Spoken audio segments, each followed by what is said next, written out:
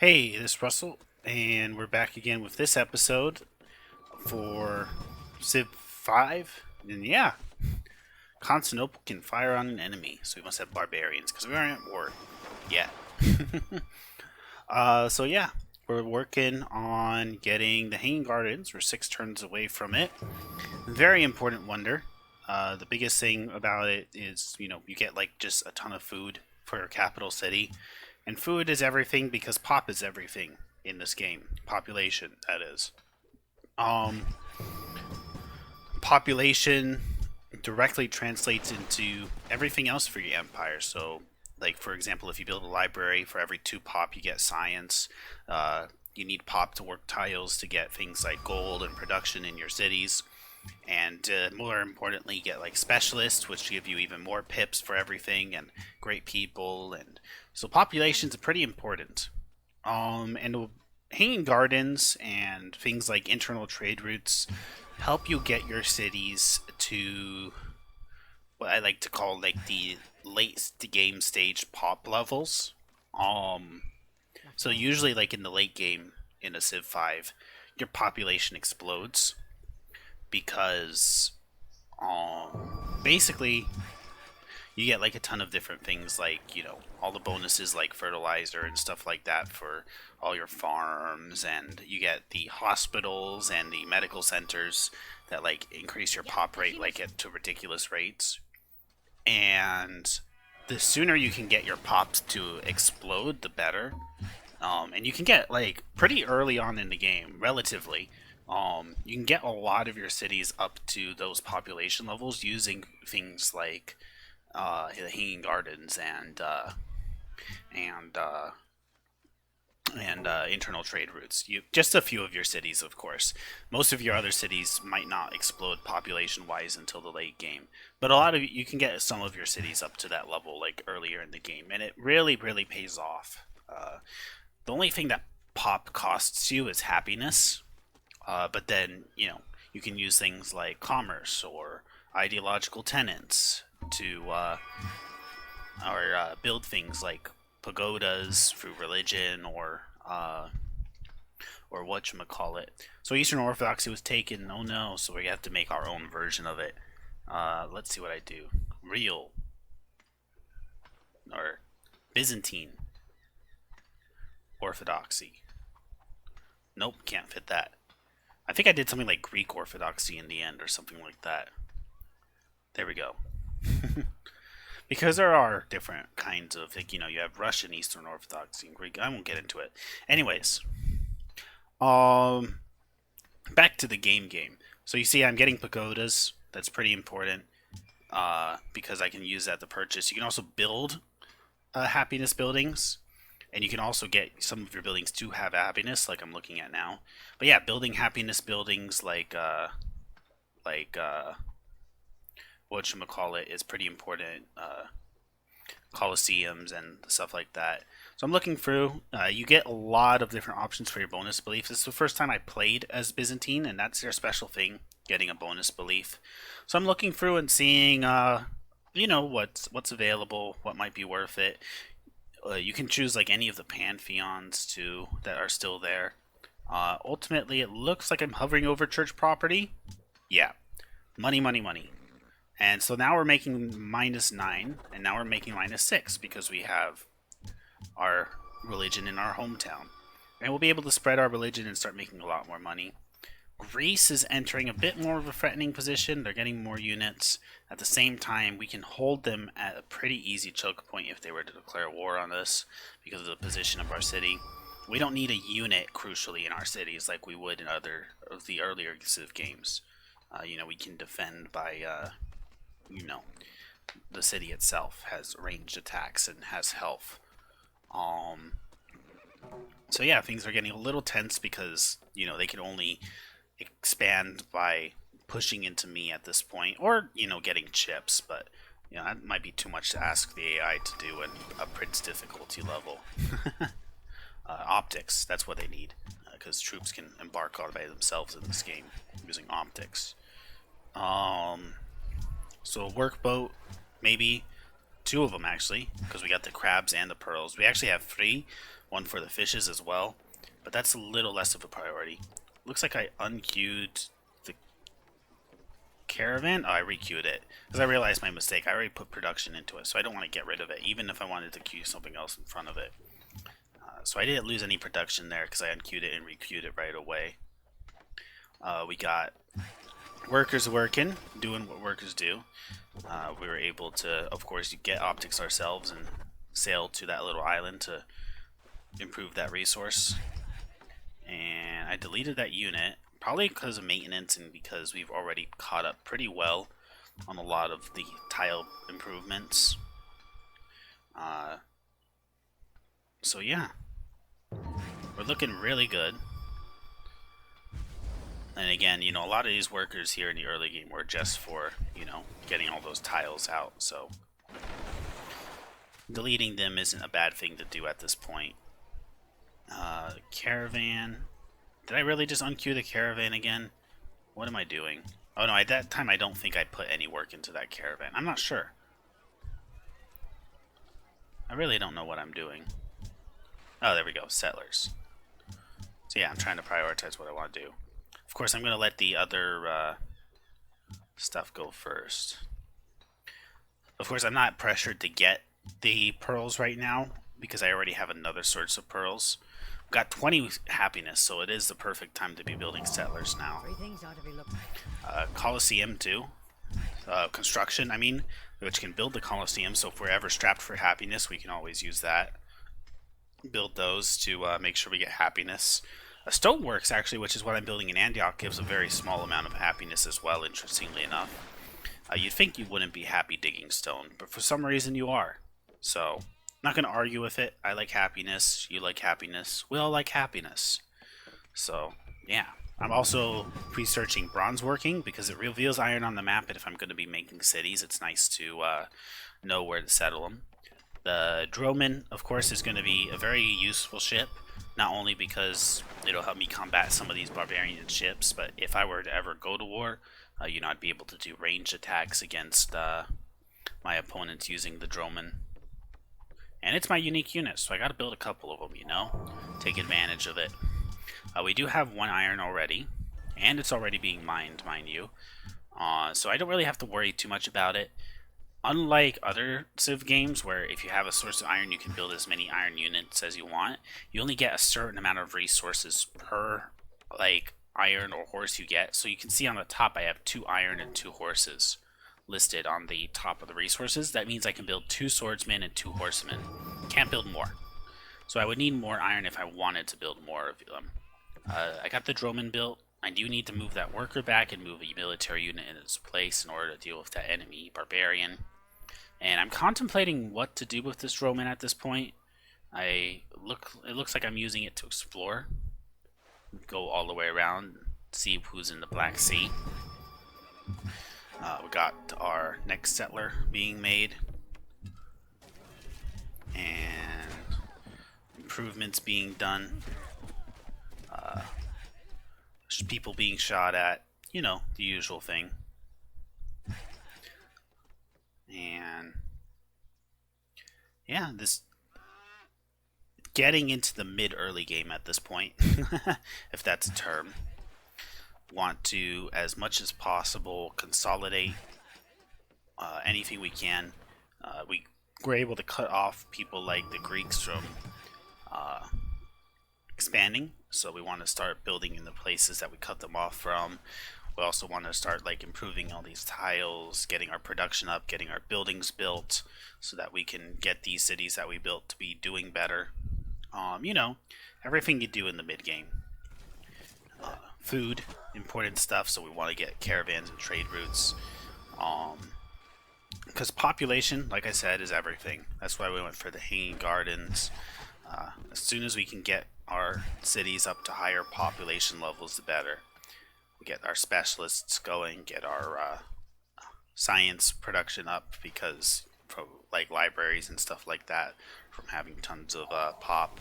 I have a golden age right now, so that we're benefiting from that. But yeah, pop is everything in this game. Don't let anyone ever tell you otherwise.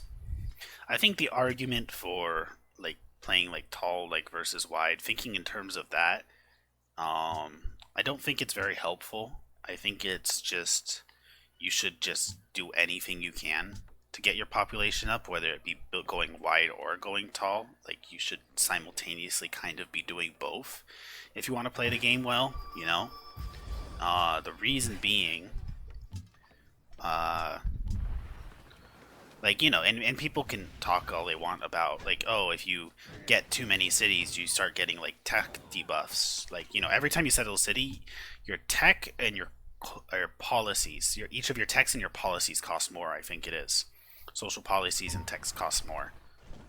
And while that is like something to consider, so like you want to be careful on how you settle in that sense. um at the end of the day, any city that you build, if you manage that city properly, it's going to give you more yields than you would like not be losing. You don't lose yields. We just it would offset the cost to the point where it turns out better that you built that city rather than worse, so long as you manage that city properly. Like I said, it doesn't take much to manage a city properly, mind you. So at the end of the day, it's worthwhile building all the cities you can, even when it increases the cost of your techs and your social policies.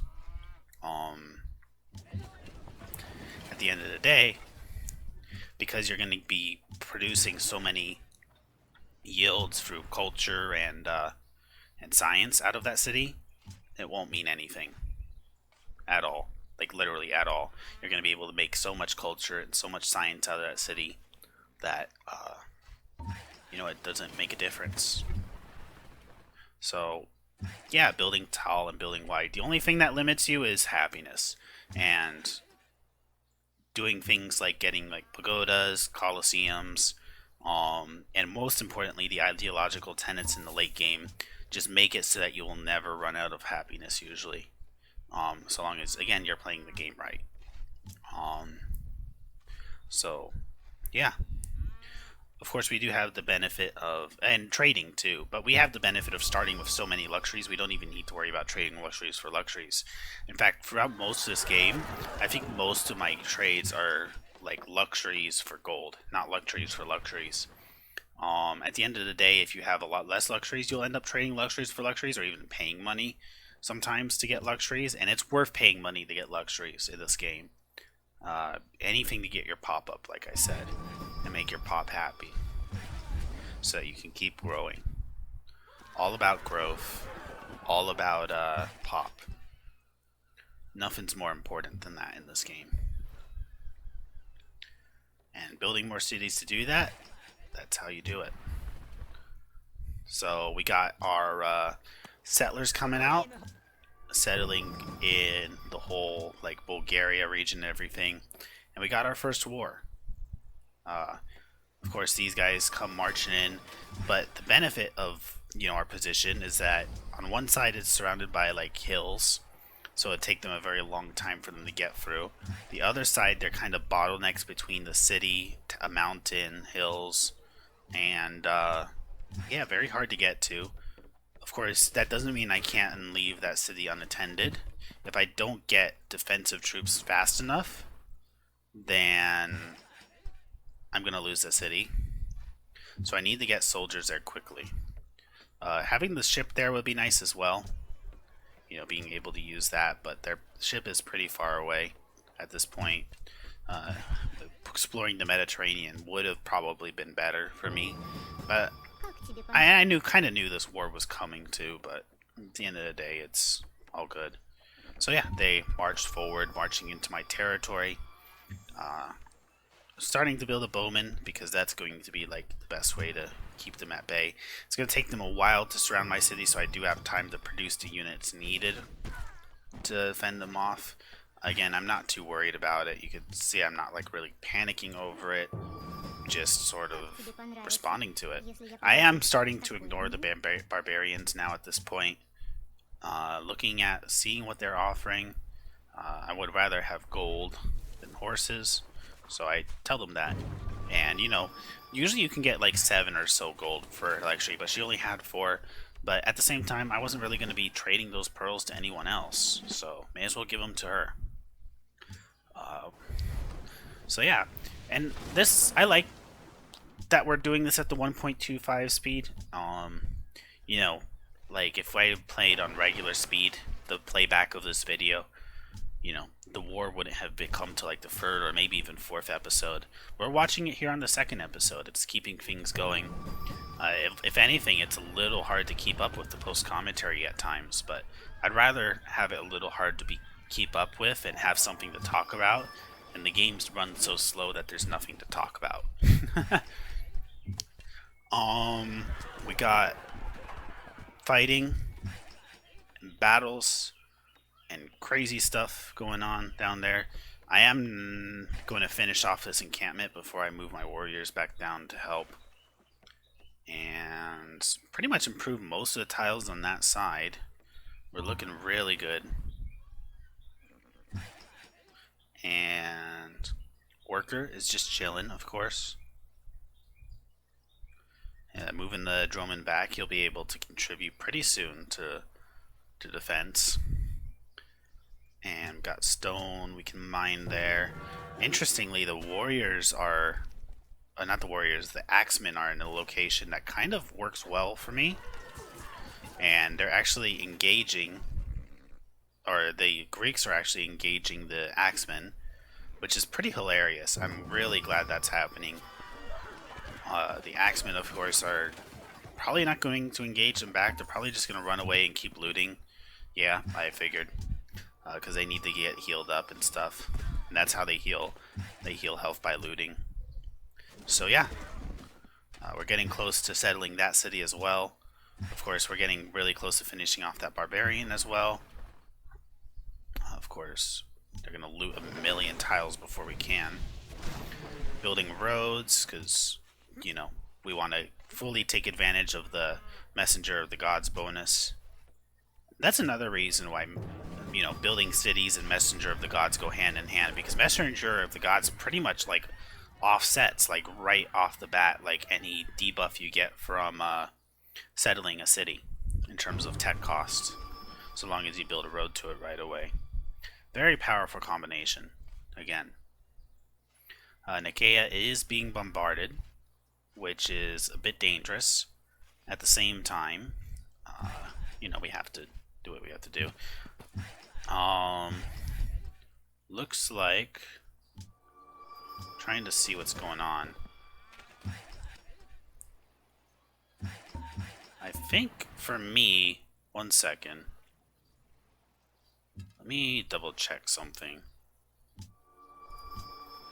Okay, I just had to double check something.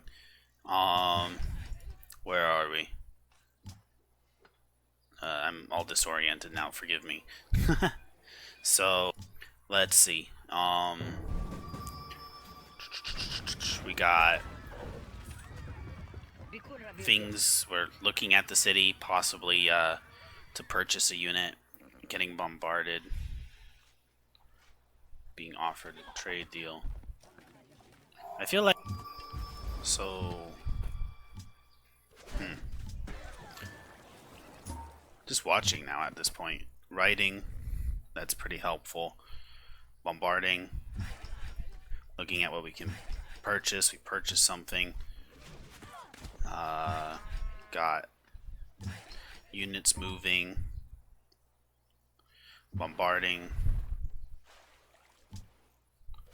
Everything's going pretty fast at this point. You can kind of see what's going on. Units moving here and there and everywhere. Audio is a little bit out of sync for me. I'm wondering if that is like on the end of the recording or if it's just at the end of my computer trying to keep up with it. Hopefully it's just on the end of the recording. It's on the end of my computer so that the audio is in sync with you guys. But if the audio sounds a little out of sync for you guys, it sounds a little out of sync for me too. The game audio, I mean. So, I'm not going to worry too much about that. Hopefully I'm not behind in terms of video, or else it'll make me look a little weird. So I'm hearing bombardments that aren't going on right now.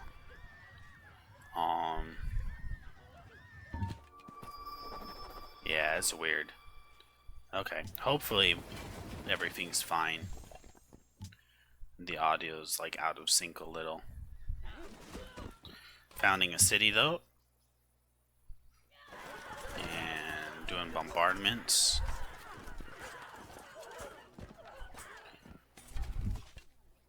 Fighting. All of that. Yeah, I really hope the audio is really throwing me off. So either I'm behind and the video is gonna sound like terrible because I'm getting like confused, or like the video is gonna sound terrible because the audio's like out of sync. So I'm really apologize for that. Lots of fighting going on. That's all I'll say. Since I don't even know if I'm in sync like with my recording for the audio, and I'm gonna just go ahead and talk about the general strategy of what's going on, rather than focus on the individual unit moves. So Nikea's got to hold out. We got to purchase whatever units we need to purchase, and we got to push them out. So the goal is to kind of draw them in. Archery units is going to be pretty important. The Droman's going to be pretty important because that'll be able to bombard. Anything we can do to like just keep them in a terrible position, like they kind of are, you know, in those like planes and everything. And like, you know, just bombard them. Is going to be good for us. Also, very important that we prioritize getting rid of the melee units right next to the city, because those are the units that are going to be capable of taking the city. So, yeah, getting rid of them is pretty important. More important than things like getting rid of the archers and stuff like that. In general, that's how you want to play the game. You want to make sure that melee units can't run in to your city, because that's what's going to end your city. Sometimes you don't have to be worried about melee units, and you more so have to be worried about artillery, especially if the enemy only has like one artillery unit in the vicinity. If you usually knock that out, that slows down the progress or losing the city a great deal. And you know, it's pretty good. So obviously we're looking at getting a great profit right now to improve the religion. And what's nice about getting a great profit is that I can then go ahead and queue up pagodas for doing things, and also missionaries as well to spread the religion. It lets me move on to do other things by getting a free great person as a prophet. And yeah, of course, we're gonna go for like, you know, happiness and stuff like that. That'll help us in the end. But yeah, pretty standard stuff when it comes to religion. And getting off to a pretty good start overall right now. Of course, things are a little bit hectic with what's going on in the south in Nicaea. We've lost like some tiles; those have been pillaged and stuff like that, and so that's a little annoying. But other than that, like, you know, we're able to keep our production in like most of our cities, and it doesn't look like we're going to be able to very easily lose Nicaea. It's settled on a hill. It's got a defensive bonus. We're producing units fast enough and killing their units fast enough. So we're not really in a dangerous position. If anything, once we eliminate this army, we'll be able to even start pushing against the Greeks and everything, which will be very nice for us, you know. That's pretty important. You keep pushing and doing what we need to do. So yeah, got missionary that's now going around and spreading the religion, doing all the things I need to do there. We're in a golden age, you know, everything's coming up Millhouse, I guess you can call it.